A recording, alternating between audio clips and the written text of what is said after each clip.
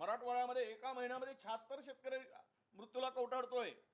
आता हे शेतकऱ्यांच्या आत्महत्या जरी सगळ्यांना सामान्य आणि दुर्दैवानं लोकांना असं वाटायला लागलं की आमच्या सगळ्या पोट भरलेल्या लोकांना की हा नेहमीचाच प्रश्न येतोय, पण हे का होत आहेत, का थांबत नाही आहेत, यावरून सरकारची भूमिका ही शेतकरी विरोधी भूमिका आहे. त्यामुळे अशा शेतकऱ्यांच्या आपण याला जायचं का?